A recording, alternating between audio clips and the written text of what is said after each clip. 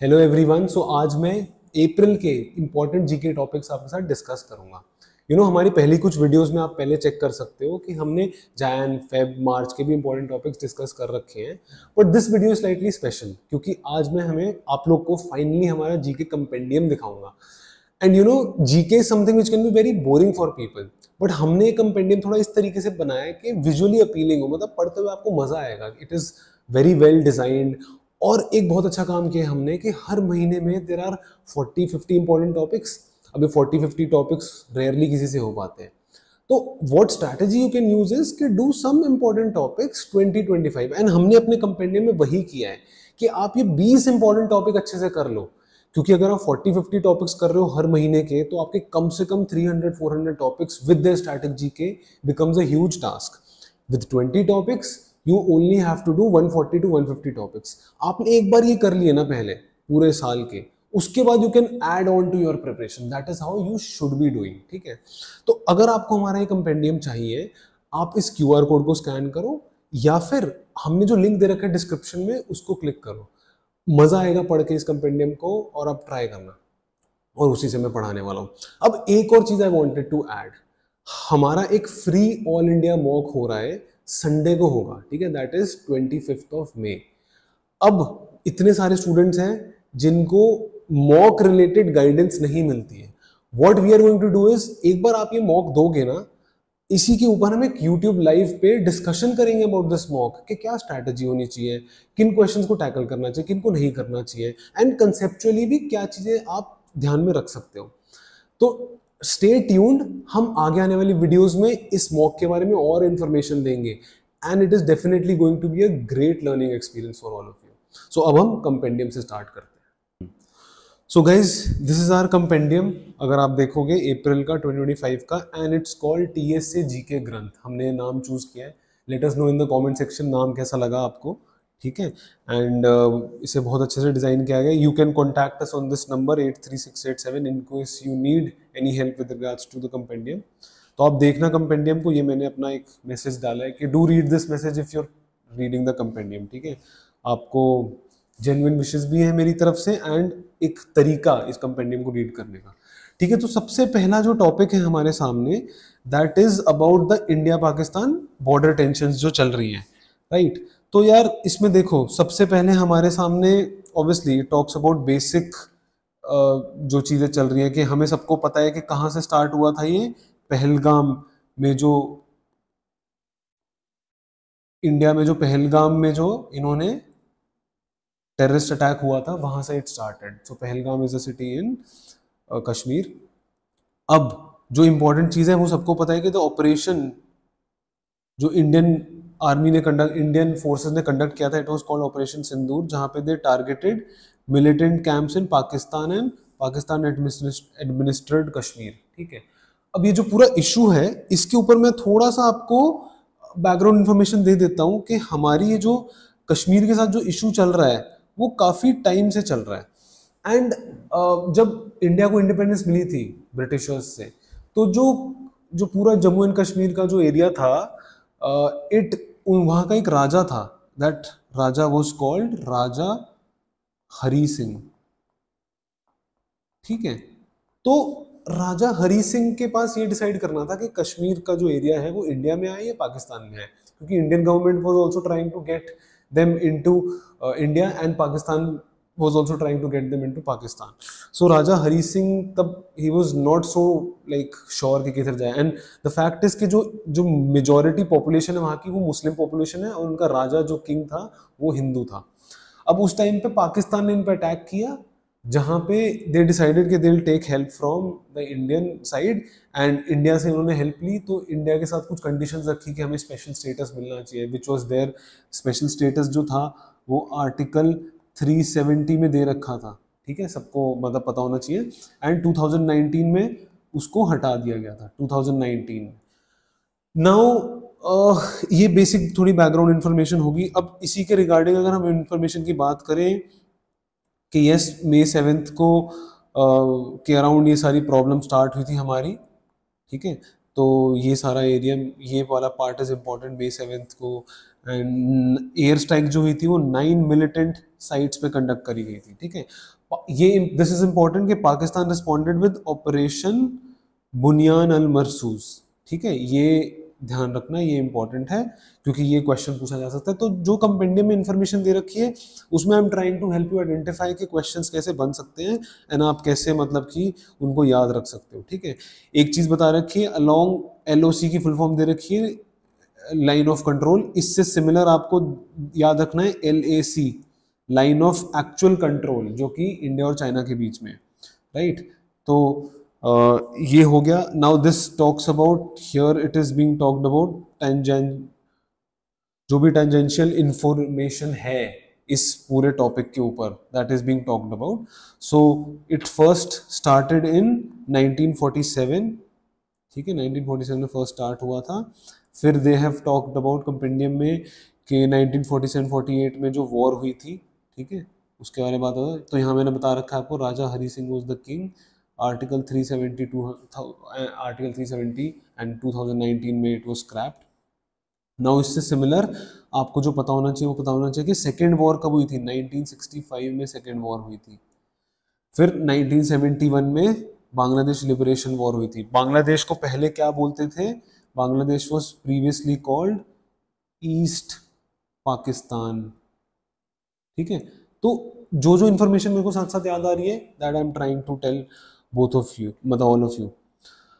सो then 1999 में Kargil war हुई थी, which was the last proper war that really took place between the two countries, and ज़्यादातर war Kashmir की वजह से ही होती है, राइट। नाउ एक और इम्पोर्टेंट इंफॉर्मेशन कि देर आर न्यूक्लियर वेपन्स 1998 में दोनों कंट्रीज ने टेस्ट करे थे। इससे सिमिलर एक क्वेश्चन है, आप कमेंट सेक्शन में बताओ अभी तक कितनी न्यूक्लियर पावर्ड कंट्रीज है, कितनी countries across the world have nuclear weapons, और सबसे ज्यादा न्यूक्लियर पावर कौन सी कंट्री के पास है, ठीक है। You let me know in the comment section, this is a question for all of you. फिर इसके बाद it has talked about the Mumbai attacks in 2008 that killed over 170 people. तो 26/11 बोला जाता है उसको, 26/11, जिसमें जो मेन टेररिस्ट था कसाब था, एंड तो ये चीज़ इंफॉर्मेशन इंपॉर्टेंट है। अब जब हमारा मतलब कि जब से वॉर की सिचुएशन क्रिएट हो रही थी, वॉर की सिचुएशन क्रिएट हो रही थी, नॉट द वॉर एक्चुअली, तो शिमला अग्रीमेंट की बात हुई थी, ठीक है। शिमला अग्रीमेंट वो साइंड इन 1972। ये अग्रीमेंट इसलिए हुआ था, 1971 में वॉर हुई थी, बहुत मेजर वॉर, जिसमें Bangladesh became a country, and 1972 वाला जो ये अग्रीमेंट था, इसमें बेसिकली ये डिसाइड किया गया था कि हम इस अग्रीमेंट में देयर आर सर्टेन क्लॉजेस जिससे जो टेंशन है, जो इक्वेशन है between the two countries, that they will the countries will try to normalise them. तो ये बेसिकली इस अग्रीमेंट के बारे में, आप इसके बारे में डेप्थ में पढ़ो। अगर मैं यहाँ बताने चला गया तो बहुत ज्यादा डेप्थ में हो जाएगा, तो I not go there. Next is Indus water treaty को स्क्रैप कर दिया गया था। तो इंडस वाटर ट्रीटी के बारे में मैं कुछ बताता हूँ, क्योंकि ये थोड़ा ज़्यादा इंपॉर्टेंट हो जाता है। तो इंडस वाटर ट्रीटी के बारे में जो इन्फॉर्मेशन थोड़ी सी है वो ये है कि इट वाज साइंड इन 1960, ये तो दे रखा है। It was signed in Karachi, ठीक है, कराची में साइन किया गया था। और उस टाइम पे इंडिया और पाकिस्तान के जो लीडर्स थे, इंडिया का leader was Nehru and Pakistan का वाज अयूब खान, ठीक है। इसको मैं दोबारा लिख देता हूँ, हाँ, the leader was Ayub Khan. Question आ सकता है, ठीक है, किन दो लीडर्स ने साइन किया था। फिर उसके बाद एक जो इंपॉर्टेंट और चीज है, किसने ब्रोकर किया था, किसने ये करवाया था ट्रीटी, तो ये वर्ल्ड बैंक ने ब्रोकर किया था। आई थिंक आप सब लोगों ने कई जगह देख ही लिया होगा। अब ये जो ट्रीटी है, इसके अकॉर्डिंग जो ईस्टर्न रिवर्स हैं, ईस्टर्न रिवर्स 3 हैं, ब्यास, रवि एंड सतलुज, ये इंडिया के पास होगा इसका एक्सेस। और जो वेस्टर्न रिवर्स हैं, जो कि इंडस, झेलम एंड चेनाब, इसका एक्सेस पाकिस्तान के पास होगा। तो ये ट्रीटी इस बारे में बात करता है। एंड इसमें यार और तो कुछ इंडस वाटर ट्रीटी के बारे में अभी तो आई वुडंट से इज वेरी इंपॉर्टेंट। तो ये इस टॉपिक के बारे में थी इन्फॉर्मेशन। बाकी आप मतलब इस कंपेंडियम को पढ़ो, एटलीस्ट ये इन्फॉर्मेशन भी कर लो, बहुत सारे डेप्थ में ना जाओ, that should be more than enough. Now when we talk about there are some MCQs in the compendium that can really help you. तो पहला ये जो क्वेश्चन है एमसीक्यू, कौन सा ऑपरेशन था, इट वाज ऑपरेशन सिंदूर, ये सबको पता है। व्हाट डिड, ये सेकंड वाला क्वेश्चन भी सबको पता होगा, देखो आप लोग। हाँ, थर्ड वाला बिकम्स इंपॉर्टेंट क्योंकि ये थोड़ा सा लोगों को कम पता है। तो थर्ड वाला is they launched operation Bunyan al Marsoos. Which region is at the centre of conflict, ये पता है हमें। व्हेन डिड द इंडिया, ठीक है ये भी पता है। अच्छा देखो, what is the seventh question, what is the name of the border that separates India administrated and Pakistan administrated Kashmir, ये पता है सबको। इंडस वाटर ट्रीटी पता है। तो आई थिंक इसमें जो क्वेश्चन इंपॉर्टेंट आया है यार, मेरे हिसाब से एक क्वेश्चन था, हाँ question third was very important, बाकी तो सबको पता ही है। बाकी तो तेरे, हाँ ये फोर्थ क्वेश्चन में देयर इज वन थिंग कि बलूचिस्तान का इशू चल रहा है काफी। तो यहाँ पे एक BLA करके एक ऑर्गेनाइजेशन है, बलूचिस्तान लिबरेशन आर्मी, वो उसने डिक्लेयर कर दिया इंडिपेंडेंस पाकिस्तान से। बलूचिस्तान एक बहुत इंपॉर्टेंट प्रोविंस है पाकिस्तान का। प्रॉब्लम ये है कि बलूचिस्तान को की कई सारी रिसोर्सेज यूज करी जाती है पाकिस्तान से, एंड उनको ही बेनिफिट नहीं मिलता, बलूचिस्तान को ही बेनिफिट नहीं मिलता। काफी ज्यादा जो पावर है वो पंजाब एंड सिंध वाले एरियाज में कॉन्सेंट्रेटेड है। सो बलूचिस्तान फील्स के यार हमारी रिसोर्सेज को यूज करो और हमें बेनिफिट नहीं मिल रहा, तो इस वजह से they have basically declared independence. ठीक है, नाउ इसमें चलते हैं आगे अगर कुछ है तो। बाकी तो आई थिंक कोई भी ऐसी चीज इंपॉर्टेंट नहीं है। तो ये हमारा ये टॉपिक हुआ। तो इसमें there are 20 topics, but we are going to do, I am going to discuss about 5 important topics. बाकी आप ये देखो कंपेंडियम में दे रखा है, ये पोप फ्रांसिस का हुआ अभी, वेरी इंपॉर्टेंट टॉपिक, ये खुद से कर लेना। मैं साथ साथ कंपेंडियम में ये भी बता रहा हूँ कि कौन सा टॉपिक बहुत ज्यादा इंपॉर्टेंट है, definitely you should do. Air India 600 million loss, okay important कर लेना, क्योंकि ओके इंपॉर्टेंट से भी आ जाता है। पोप तो यार ऐसा है ना, बहुत ज्यादा इंपॉर्टेंट, मैंने इसलिए बोला पोप वाले टॉपिक को, बिकॉज ये देखो कि वो वर्ल्ड लेवल पे कितना ज्यादा इंपैक्ट होल्ड करता है, इसलिए दैट टॉपिक वाज इंपॉर्टेंट। कोई भी टॉपिक की अगर हम इंपॉर्टेंस समझे तो इंपॉर्टेंस समझी जाती है कि कितना ज्यादा वो इंपैक्ट होल्ड करता है। ठीक है, that's how you understand the importance of a topic. अच्छा, अब अगला टॉपिक जो है वो this one, this topic is super important.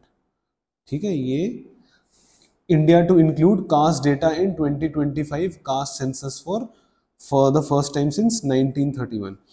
तो हम ऐसा करते हैं कि हम पहले एक बार सेंसस के बारे में बेसिक इंफॉर्मेशन में शेयर कर देता हूं। तो सेंसस का देख लो, मैं लिख रहा हूं यहीं पे।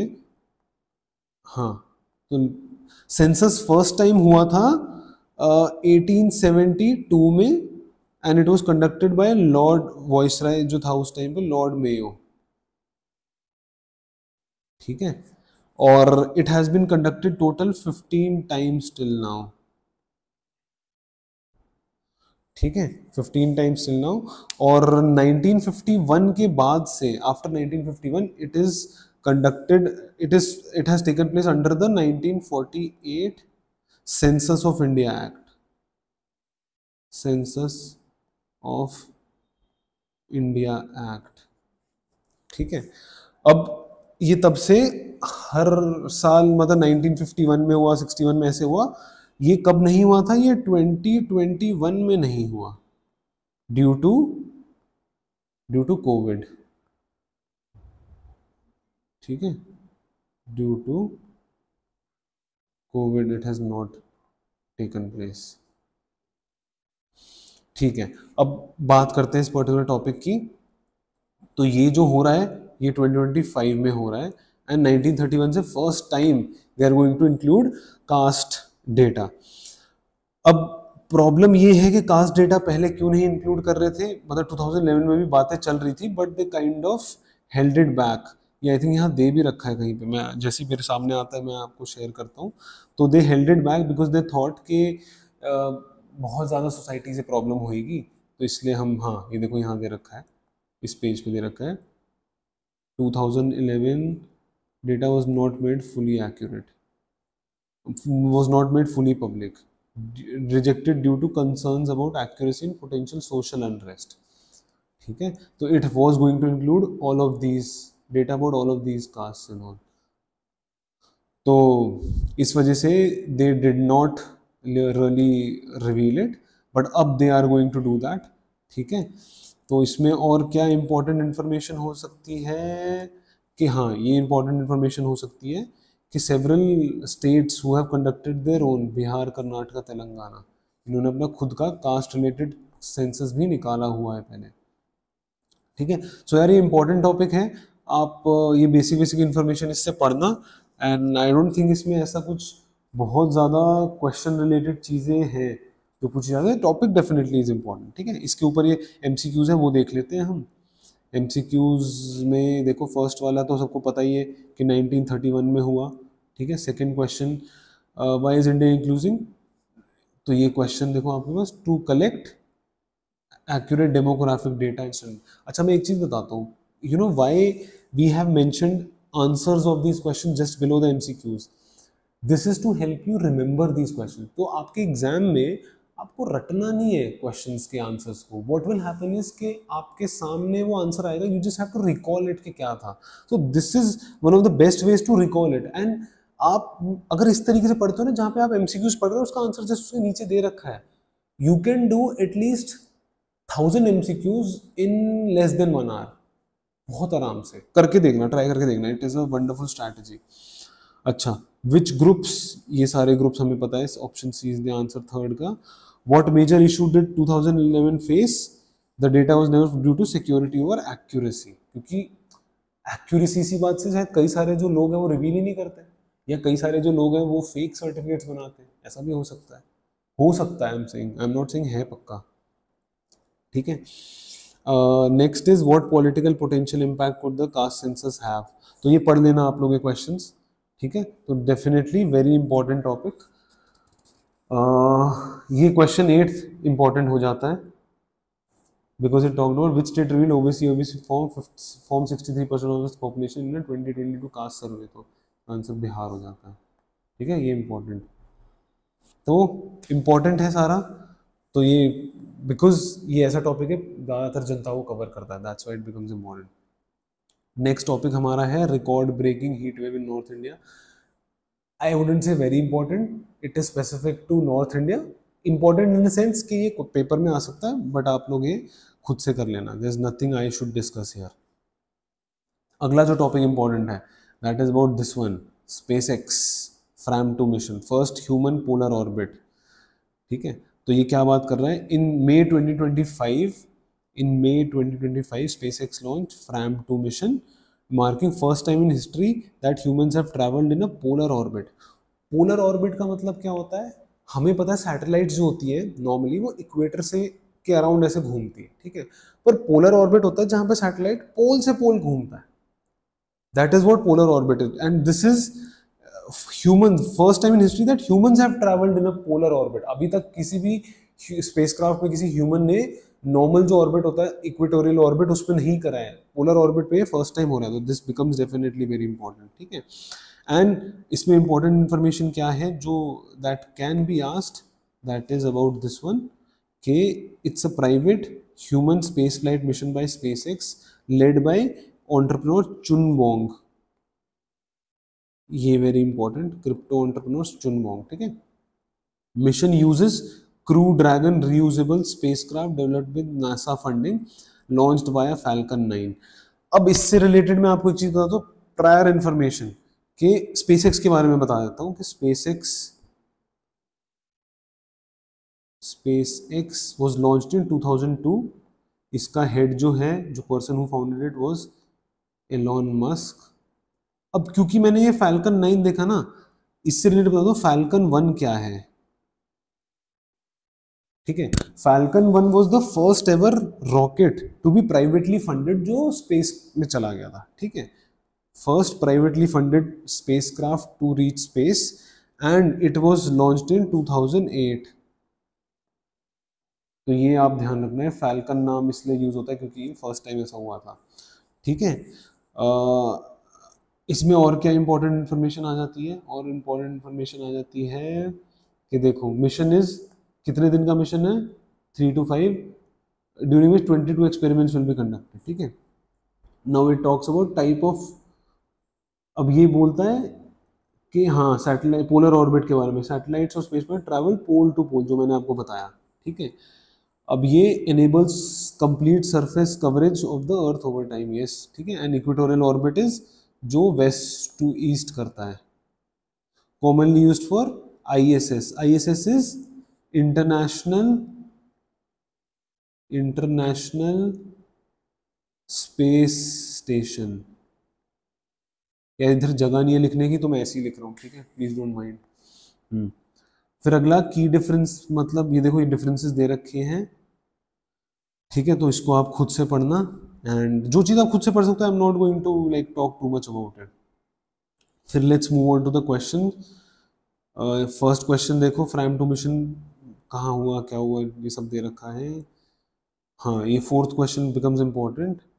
Y do polar orbits involve greater radiation exposure then, ठीक है, because of weaker geomagnetic shielding at poles, ठीक है। तो ये इसका आंसर हुआ। ये भी दे रखा है, ये तो कंपेंडियम में दे रखा था, फिफ्थ वाला क्वेश्चन का answer Kennedy space centre Florida, ठीक है। फुल फॉर्म ऑफ नासा, ये भी नेशनल ऑर्बिटॉनिक्स एंड स्पेस है, ठीक है। हाँ नेक्स्ट, ठीक है, बाकी तो सब दे रखा है, आप लोग प्लीज़। तो अब ये है कि इन स्टूडेंट्स ने, इनकी ये रैंक आई थी इस बार क्लैट में, और इन्होंने ये बनाया है, तो आप देखना ज़रूर, ठीक है। इन्होंने खुद से, so how this compendium was made is कि आई गिव देम डायरेक्शंस कि ऐसे करो ऐसे करो, इन्होंने कंपाइल किया, वी डिस्कस्ड कि अच्छा what is important what is not important, and finally हमने कुछ टॉपिक्स को उठाया, कुछ को रखा। तो डेफिनेटली चेक द कंपेंडियम। तो नेक्स्ट टॉपिक कौन सा इंपॉर्टेंट है, ये वाला टॉपिक यार इम्पीचमेंट के बारे में ठीक ठाक इंपॉर्टेंट है, कर लेना, अच्छा इंपॉर्टेंट है, तो you do it your self, ठीक है। US imposes 10% tariff. मैं सब कुछ पागलों की तरह नहीं कराऊंगा यहाँ पे, it's just a waste of time, पर मैं आपको बेसिक बेसिक चीज़ें बता रहा हूँ, इतना कॉन्सेंट्रेशन भी नहीं है आपका कि आप अच्छे से कर लोगे यहाँ पे, right. But I am showing you my compendium, ये सारे टॉपिक्स इंपॉर्टेंट है। अगला जो टॉपिक मेरे को इंपॉर्टेंट लगता है, world smallest biodegradable pacemakers, yes important, करना खुद से। ये कर लेते हैं बिकॉज ये थोड़ा इंडिया को इन्वॉल्व करता है, ठीक है। तो India ranks 151 on world press freedom index. So साथ साथ बता रहा हूँ इंपॉर्टेंट इन्फॉर्मेशन, ये 2025 का जो है, climbing 151 out of, last year 2024 में 159 रैंक थी, इस साल इट इज़ 151, ठीक है। It is published by reporters without borders, ठीक है, इन्होंने पब्लिश किया है। नेक्स्ट हो जाता है, हाँ ये फिर से कि सिंस 2002 पब्लिश करा जा रहा है, this is important, and 180 countries में होता है, ठीक है, ये इंपॉर्टेंट हो गया। अगला, इंडिया की रैंक हैज कंसिस्टेंटली डिक्लाइंड, 140 होती थी 2019 में, and it has consistently declined, it has become 161 इन 2023। फिर थोड़ी इंप्रूवमेंट है हल्की सी, पर अगर आप 20 स्टूडेंट्स की क्लास में 20th से 19th पे आ रहे हो, फिर 18th में आ रहे हो, it is not that big progress, but हाँ ठीक है, कोई नहीं, ठीक है। चलो आगे देखते हैं कि व्हाट टेंजेंशियल इंफॉर्मेशन इज, के इम्पोर्टेंट इंफॉर्मेशन कि 2025 में Eritrea this country was rank last and Norway was first. Important countries with works ranking then India, जो नोन कंट्रीज हैं, पाकिस्तान, चाइना, प्रेस की कोई फ्रीडम ही नहीं है चाइना जैसी कंट्री में, अफगानिस्तान समझ में आता है, सीरिया समझ में आता है, नॉर्थ कोरिया तो हाँ, मतलब सबसे हेल लिविंग वाली कंट्री नॉर्थ कोरिया, मेरे हिसाब से जाना ही नहीं चाहिए कभी वहाँ पे। एंड उसके बाद नेक्स्ट इम्पॉर्टेंट चीज़ इज कि China and Vietnam the media is state controlled, ठीक है, तो इस वजह से वो प्रेस फ्रीडम इज कम। फिर इसमें यूएस की रैंकिंग दे रखी है, दैट इज इम्पोर्टेंट, 57th। तो देखो there is, this topic has a lot of data, क्योंकि ये कुछ इंपॉर्टेंट कंट्रीज के बारे में बात कर रहा है, एंड हमें मतलब कि वो थोड़ा याद रखना पड़ेगा, बिकॉज क्लैट में जब 2-3 साल पहले अच्छे जी के क्वेश्चन आते थे वो कहीं से भी आते थे, तो ये बेसिक बेसिक छोटी छोटी इन्फॉर्मेशन आपको याद रखनी बिकम्स वेरी इंपॉर्टेंट, ठीक है।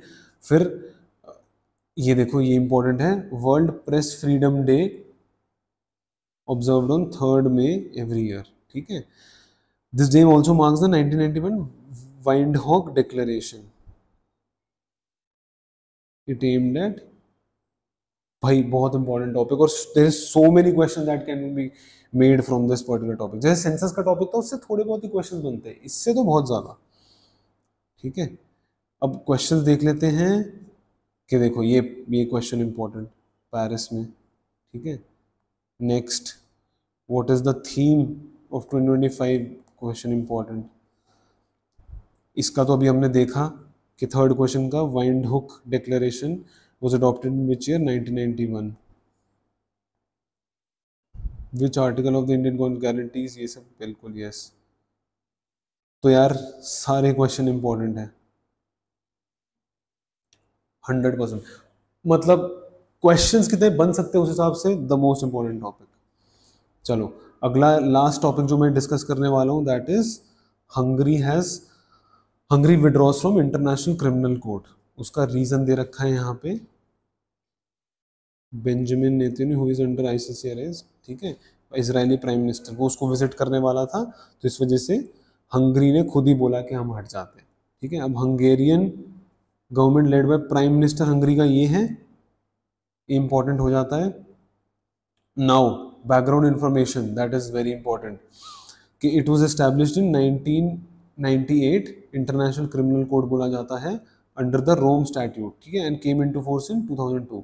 हेडक्वार्टर्स कहाँ है, ठीक है, आईसीसी जजेस issued an arrest warrant for Benjamin Netanyahu and former Israeli defence minister, ये साइटिंग, हाँ यस, गाजा वाला इशू के बारे में बात कर रखा है, ठीक है।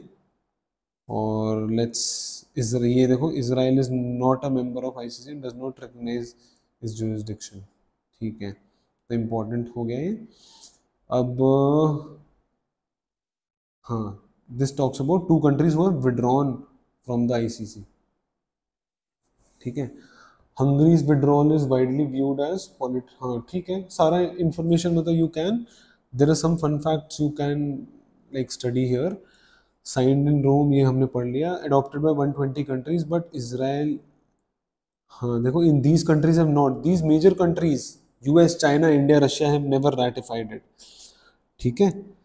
And first person convicted by ICC was Thomas of the democratic Republic for using child soldiers, ठीक है। तो ये इंपॉर्टेंट इंफॉर्मेशन, बाकी आप इसके क्वेश्चंस पढ़ना, तो बिकॉज आई थिंक क्वेश्चंस भी देख लो कौन से इंपॉर्टेंट हो जाते हैं। हाँ, पहला क्वेश्चन इंपॉर्टेंट है, what is the name of the current chief prosecutor of, yes this is important. Second वाला इज इंपॉर्टेंट, ठीक है। तो सारी क्वेश्चंस इंपॉर्टेंट हैं, तो आप डेफिनेटली इसको पढ़ना। एंड यार पूरा कंपेंडियम इज ग्रेट अगर आप इसको मतलब अच्छे से पढ़ते हो। And let us know if you have any suggestions. बाकी सारे टॉपिक्स भी मैं बता देता हूँ कि मतलब कैसे कैसे, हाँ this topic is important, Canada के प्राइम मिनिस्टर के बारे में, और ये जो discovery of D methyl sulphide on exoplanet है, नॉट सो इम्पॉर्टेंट, इतना ज़्यादा इंपॉर्टेंट नहीं, क्योंकि ऐसे बहुत सारी डिस्कवरीज होती रहती है। तो बाकी सारे टॉपिक्स यार आप definitely just go through them. जिस तरीके से मैंने इन्फॉर्मेशन बनाने की कोशिश करी, टॉपिक्स बनाने की, क्वेश्चंस बनाने की कोशिश करें, create topics like that, that would be helpful. And let us no कैसा लगा आपको कंपेंडियम। हमने जानबूझ के 40-50 टॉपिक नहीं डाले, वाई, बिकॉज उससे ना लोगों को ऐसा फील होता है कि यार हमने तो इतना कुछ बैकलॉग बचा है, हम नहीं कर पाए। तो we have not included that deliberately.